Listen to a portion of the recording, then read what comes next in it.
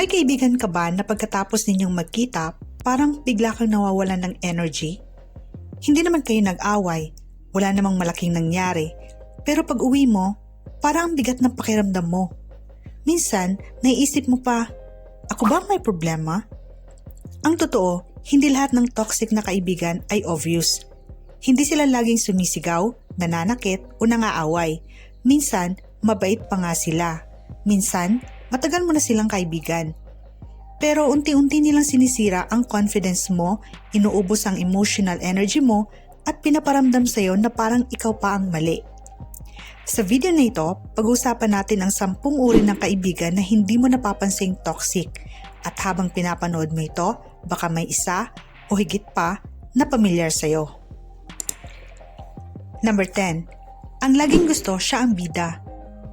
May kinuwento kang achievement. Bigla niya sasabihin, ay, ako nga mas grabe pa dyan.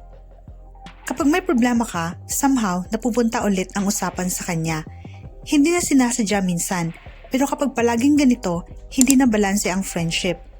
Ang totoong kaibigan, marunong ding makinig, hindi lang magkwento. Number 9. Ang mahilig mang guilt trip. Kapag tumanggi ka sa pabor, ganito ka na pala ngayon. Akala ko kaibigan kita. Sige, ako na lang lagi. Hindi siya humingi ng pabor. Pinaparamdam niyang obligado kang tumulong. Ang kaibigan sa isang healthy na friendship, marunong rumispeto kapag sinabi mong hindi. Number 8. Ang chismoso o chismosa. Ikaw ang unang nakakaalam ng sekreto ng iba at feeling mo trusted ka. Pero sandali, kung kaya niya ikwento sa iyo ang sekreto ng ibang tao, ano ang assurance na hindi rin niya ikukwento ang mga sekreto mo? Trust is built by protecting someone's confidence, not by exposing it. Number 7. Ang laging nangungutya. Joke lang naman. Ilang beses mo na bang narinig yan? Inaasar ka sa harap ng ibang tao. Ginagawang katatawanan ang insecurities mo. Tapos kapag nasaktan ka, ang sensitive mo naman. Magkaiba ang biruan at pambabastos. Ang tunay na kaibigan, marunong tumawa kasama ka, hindi sayo. Number 6. Ang palaging nakikipagkompetensya. Bumili ka ng bagong phone. Mas maganda raw ang kanya. Na-promote ka. May mas mataas daw siyang sweldo. Parang hindi pwedeng ikaw ang manalo kahit minsan. Sa healthy friendship, hindi kompetisyon ang tagumpay ng isa, pinagdiriwang ito ng pareho. Number 5. Ang user. Kapag may kailangan, ikaw ang unang tatawagan. Pero kapag ikaw naman ang may problema, biglang busy. Hindi lahat ng humihingi ng tulong ay user. Normal na magtulungan ang magkaibigan. Pero kapag ikaw na lang palagi ang nagbibigay ng oras, effort, pera o emotional support at wala kang natatanggap pabalik, hindi na balanse ang friendship. Number 4. Ang walang respeto sa boundaries. Paulit-ulit kang pinipilit kahit sinabi mong ayaw mo. Ayaw niyang tanggapin ang salitang no.